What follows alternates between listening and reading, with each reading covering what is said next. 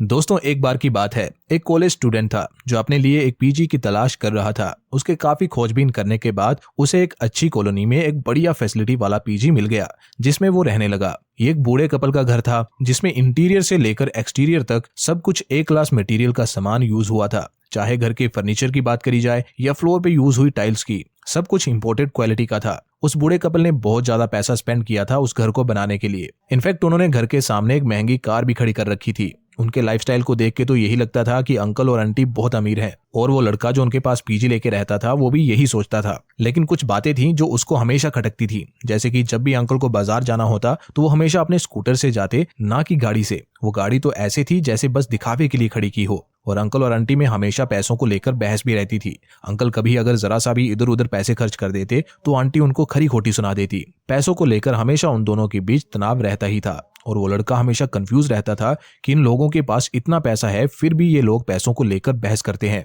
फिर एक दिन ऐसा हुआ कि वो लड़का और अंकल दोनों बालकनी में बैठे हुए थे और बातें कर रहे थे। बातों बातों में लड़के ने अंकल को पूछ लिया कि अंकल जी, आपने इतना बड़ा घर बनाया है तो आप काम क्या करते थे? तो अंकल ने बताया कि बेटा, मैं और तुम्हारी आंटी दोनों प्राइवेट कॉलेज में प्रोफेसर थे, जिस कारण अब हमें पेंशन भी नहीं मिलती और होम लोन की किस्तें भी अभी तक चल रही हैं। लेकिन तुम ही देखो, इस कॉलोनी में सब लोगों के कितने बड़े बड़े घर हैं, तो हम कैसे पीछे रह सकते थे? सोसाइटी के स्टैंडर्ड्स को मैच करने के लिए एक डबल स्टोरी घर और एक महंगी कार तो लेनी ही पड़नी थी। नहीं तो उस छोटे पुराने घर को देख लो, कितना भद्दा दिखता है सबके बड़े बड़े घरों के सामने। हमारी पूरी कॉलोनी की शान इसे एक घर ने बिगाड़ रखी है। किसी गरीब एम्प्लॉय का घर होगा? लड़के ने पूछा। अरे नहीं, एम्प्लॉय कहाँ, ये तो एक बिजनेसमैन का घर है। एम्प्लॉयज के घर तो वो हैं, बड़े बड़े सब डबल स्टोरी। इनमें से सारे कुछ टीचर्स के घर हैं, कुछ प्रोफेसर्स के हैं और कुछ डॉक्टर्स के घर हैं। ये सभी लोग बहुत दिलेर हैं, ये पैसे खर्चने से डरते नहीं। लेकिन ये बिजनेसमैन बहुत कंजूस है, न जाने इतने पैसों का क्या करता है। इसकी वजह से पूरी कॉलोनी बुरी लगती है। मैं तो कहता हूँ ऐसे कंजूस लोगों को कॉलोनी से बाहर ही निकाल देना चाहिए। इतना कह के तो वो अंकल वहां से चले जाते हैं। लड़का 3 साल उनके पास रहता है और फिर उसकी ग्रेजुएशन कंप्लीट हो जाती है और वो भी वहां से शिफ्ट कर जाता है। कुछ महीनों बाद उस लड़के को पीजी ओनर्स की तरफ से कॉल आता है। अंकल उसको कहते हैं कि बेटा, अगर तुम्हारा कोई दोस्त हो जिसे पीजी की जरूरत हो तो उसे हमारे पास भेज देना, अभी हमारे पास वैकेंसी है। लड़का अपने दोस्तों के साथ बात करता है, जिनमें से एक दोस्त पीजी लेने की इच्छा व्यक्त करता है। अपने दोस्त को लेकर लड़का फिर से उस कॉलोनी में वापस जाता है। लेकिन इस बार लड़का जो देखता है उसे देख के वो बहुत हैरान होता है। उस कॉलोनी में जिस जगह कभी एक सिंगल स्टोरी का छोटा सा मकान हुआ करता था, वहां अब एक शानदार विला बना हुआ था, वो भी 3 स्टोरी का। अब उस विला के आगे सबके मकान छोटे दिख रहे थे। दूर से ही उस बिजनेसमैन का विला दिखाई दे जाता था, जो बेहद सुंदर दिखाई देता था। जिस बिजनेसमैन को सब कंजूस कहते थे, अब सब उससे जलने लगे थे। अब लोगों के ओपिनियन चेंज हो चुके थे। अब सब लोग उसे शो ऑफ कहने लगे थे। सबने अपने अपने ओपिनियन बनाए, लेकिन किसी ने भी बिजनेसमैन के माइंडसेट को समझने की कभी कोशिश नहीं करी। असल में क्या था कि बिजनेसमैन कमाता तो अच्छा था, चाहता तो वो भी मॉर्टगेज पे घर बना लेता या चाहता तो लोन पे बड़ी गाड़ी ले लेता। लेकिन ऐसा करने से क्या ही हो जाता, ज्यादा से ज्यादा लोगों में कुछ समय के लिए उसकी वाहवाही हो जाती। परंतु ऐसा करने से जिस कर्जे के जाल में वो फंस जाता, उससे निकलने में उसकी पूरी जिंदगी चली जाती, जैसे कि वो ओल्ड कपल और सोसाइटी के अन्य लोग फंसे हुए हैं। इंस्टेड उस बिजनेसमैन ने पहले एसेट्स बिल्ड करे, अपनी बिजनेस अर्निंग का बेहतर इस्तेमाल करा, पैसे से पैसा कमाने के लिए इनकम जनरेटिंग एसेट्स में इन्वेस्ट किया, और फिर एसेट से हो रही कमाई से लायबिलिटीज खरीदी, जैसे कि घर, गाड़ी एटसेट्रा। और इसीलिए वो सबसे बड़ा और महंगा घर बना पाया। होप दोस्तों, इस कहानी को सुनने के बाद आप एसेट्स बिल्डिंग और इन्वेस्टिंग का महत्व जरूर समझ गए होंगे। तो अब मैं आपको इन्वेस्टिंग के 3 डिफरेंट सिनेरियोस बताऊंगा जो आपके लिए काफी महत्वपूर्ण होंगे, और थर्ड सिनेरियो के साथ तो आप सबसे ज्यादा रिलेट कर पाओगे। तो दोस्तों, सिनेरियो नंबर 1 है high income and high investment. इसको इजीली समझाने के लिए मैं सहायता लूंगा मिस्टर दमानी जी की। दमानी जी के फादर की एक किराना की दुकान थी और उनके पिताजी चाहते थे कि वो उनके साथ हाथ बटाएं। दमानी जी भी अपने पिताजी के साथ उनकी दुकान पे बैठने लगे और पीढ़ियों से चली आ रही उस दुकान के हिसाब किताब को संभालने लगे। शुरुआत में मिस्टर दमानी जी को लगा कि यार, गल्ले पे बैठना बहुत बोरिंग सा काम है। वो कुछ बड़ा करना चाहते थे, अपना खुद का स्टार्टअप रन करना चाहते थे। लेकिन जब वो दुकान की अकाउंटिंग हैंडल करने लगे तो उनमें थोड़ी क्यूरियोसिटी जागी, इस बात को लेके कि यार, नुक्कड़ पे एक छोटी सी किराना की दुकान से हम इतनी अच्छी सेल कर पाते हैं और अच्छा प्रॉफिट भी कमा पाते हैं, जबकि कई बड़े बड़े स्टार्टअप्स हैवी लॉसेस पे चल रहे हैं। उनकी ये जिज्ञासा उन्हें असली धंधे की तरफ खींच के ले गई और उन्होंने समझा कि फैंसी स्टार्टअप्स को फाउंड करने से बेहतर है कि वो ट्रेडिशनल बिजनेसेस में एंटर करें, जिन्हें आम भाषा में धंधा या व्यापार कहते हैं। इस माइंडसेट के साथ मिस्टर दमानी जी ने कुछ स्मॉल एंटरप्राइजेज में अपने पैसे निवेश किए, जैसे कि कोई डेयरी शॉप, कोई ज्वेलरी शॉप या फिर कोई किराना शॉप एटसेट्रा। इस तरह के कुछ एंटरप्राइजेस उन्होंने अपने पार्टनर के साथ मिलकर स्टार्ट किए। फिर धीरे धीरे मिस्टर दमानी जी 2 लाख से ज्यादा का प्रॉफिट अपने इन एंटरप्राइजेस से कमाने लगे। लेकिन वो यहीं सेटल नहीं हुए। वो ऐसे और कैश काउज को बिल्ड करने लगे और साथ साथ म्यूचुअल फंड्स और शेयर्स में पैसे भी इन्वेस्ट करते गए। उन्होंने अपने लाइफस्टाइल को बेवजह की लायबिलिटीज खरीद के एक्सपेंसिव करने की बजाय इन्वेस्टमेंट पे अपना सारा फोकस रखा। 1 लाख मंथली मिस्टर दमानी जी निवेश कर दिया करते, जिस कारण 20 साल बाद उनका पोर्टफोलियो 15.16 करोड़ रुपए से ग्रो कर गया, जिसकी कैलकुलेशन आप यहाँ वीडियो पॉज करके देख सकते हैं। देन मिस्टर दमानी जी ने अपनी सारी जिम्मेवारियों से लीव ले ली, अपने सारे काम आउटसोर्स कर दिए और अब उनको जो अच्छा लगता वो बस वही किया करते एंड हेंस वो एक फाइनेंशियली फ्री लाइफ जीने लगे। तो दोस्तों ये तो था हाई इनकम और हाई इन्वेस्टिंग सिनेरियो का एक एग्जांपल।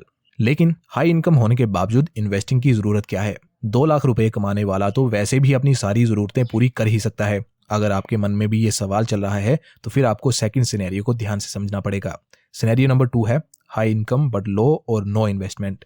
इस सिनेरियो को हम समझेंगे रमेश की मदद से। रमेश एक मल्टीनेशनल कंपनी में एक अच्छे ओहदे पर काम करता है, जहां रमेश को सालाना 24 लाख का पैकेज मिलता है। रमेश अपनी नौकरी से बहुत खुश है बिकॉज उसकी कंपनी का वर्क कल्चर बहुत अच्छा है। साल में 2 बार कंपनी की तरफ से उसे फॉरेन टूर करने का मौका मिल जाता है। सैलरी भी इतनी है कि रमेश हर तरह की इच्छा पूरी कर पाता है और उसकी लाइफ एकदम बढ़िया चल रही है। रमेश के पास कई बार निवेश के सुनहरे मौके भी आए हैं, लेकिन उसने उनको इग्नोर किया है, ये कह के कि मुझे क्या जरूरत है निवेश की, निवेश तो वो लोग करें जिनकी कमाई कम है।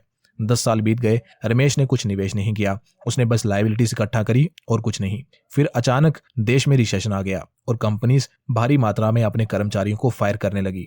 रमेश बहुत डरा हुआ था। उसने हर मंदिर मदारिस पे प्रार्थना करी कि किसी तरह से उसकी नौकरी सेफ रहे और उसकी प्रार्थना सफल भी हुई। कंपनी ने उसे जॉब से नहीं निकाला, लेकिन बुरी बात यह थी कि उसने इस बुरी सिचुएशन से कुछ नहीं सीखा और अपनी गलतियों को फिर दोहराता रहा। उसने इन्वेस्टमेंट के नाम पे बस कुछ एफडीज लगाई या थोड़े बहुत पैसे सेविंग अकाउंट में रख दिए और फिर दोबारा मजे की लाइफ जीने लगा। लेकिन कहते हैं ना कि जो लोग इतिहास से कुछ नहीं सीखते वो फिर से इतिहास दोहराते हैं, तो वैसा ही हुआ। अगेन 10 साल बाद एक डीप रिसेशन आया और ये रिसेशन सालों तक चला। कई लोगों की नौकरियां गई, जिनमें इस बार रमेश भी शामिल था। एक झटके में रमेश की लाइफ अपसाइड डाउन हो गई। उसे दर दर पे ठोकरें खाने की नौबत आ गई। इसलिए दोस्तों, चाहे कोई कितना भी अमीर हो और कितना ही पैसा क्यों न कमा रहा हो, अगर वो पैसा सिर्फ एक सोर्स से आ रहा है तो ये एक बहुत ही रिस्की चीज है। इसीलिए इन्वेस्टमेंट जरूरी है हर किसी के लिए, चाहे कोई ज्यादा कमाने वाला हो या चाहे कोई कम कमाने वाला। तो अब टर्न है दोस्तों कम कमाने वालों की। सिनेरियो नंबर 3, लो इनकम लो इन्वेस्टमेंट। इस सिनेरियो से अमूमन सभी लोग रिलेट कर पाएंगे बिकॉज ज्यादातर लोग इसी में फॉल करते हैं। इसे आप समझ पाएंगे राहुल की सहायता से। राहुल एक लोअर मिडिल क्लास फैमिली से बिलोंग करता था, जहां उसके फादर एक मजदूर का काम करते थे और वही फैमिली का सारा बोझ उठाते थे। काफी मुश्किलों का सामना करके राहुल के पापा ने उसे पढ़ाया। वो बहुत महंगे कॉलेज में तो राहुल की एडमिशन नहीं करवा पाए, लेकिन जितना उनसे बन पड़ा उतना उन्होंने किया और राहुल को पढ़ा लिखा के काबिल बनाया और नौकरी पे लगने लायक बनाया। राहुल भी काफी जिम्मेदार लड़का था। उसने घर के बुरे हालात देखे हुए थे। पापा को धूप में 40 किलो की सीमेंट की बोरियां उठाते उसने देखा था। इसीलिए राहुल किसी भी हाल में अपने पापा के कंधों से बोझ को कम करना चाहता था। उसने सोचा कि उसे एक अच्छी जॉब मिल जाएगी जिससे वो अपनी फैमिली को अकेला चला पाएगा और पापा को काम से रेस्ट दे पाएगा। लेकिन असलियत तो कुछ और ही थी।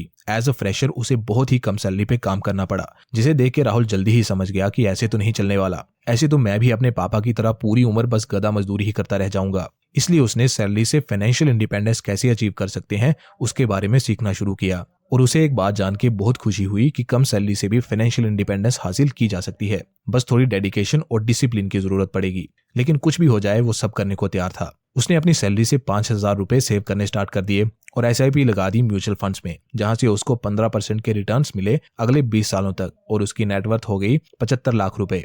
देन उसने निवेश करना बंद कर दिया, यानी उसने SIP बंद कर दी। 20 सालों में उसकी सैलरी भी इंक्रीज हो चुकी थी और उसने घर की डाउन पेमेंट के लिए भी पैसे सेव कर लिए थे। इसलिए उसने एक अच्छा 3 BHK का घर खरीदा और अपने माँ बाप के कंफर्ट की हर चीज उसमें फिट करवाई। अपने पापा को काम से रेस्ट दी और खुद को एक अच्छा बेटा साबित किया।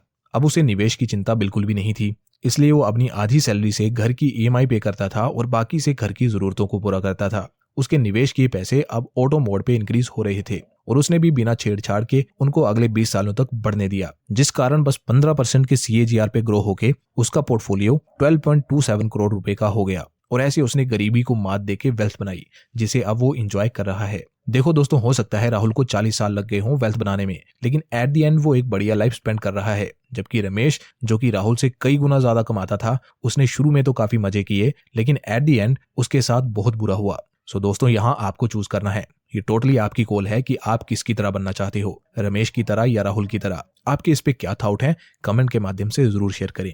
होप दोस्तों आपको आज की ये वीडियो मजेदार लगी होगी और आपने कुछ नया सीखा होगा इस वीडियो से।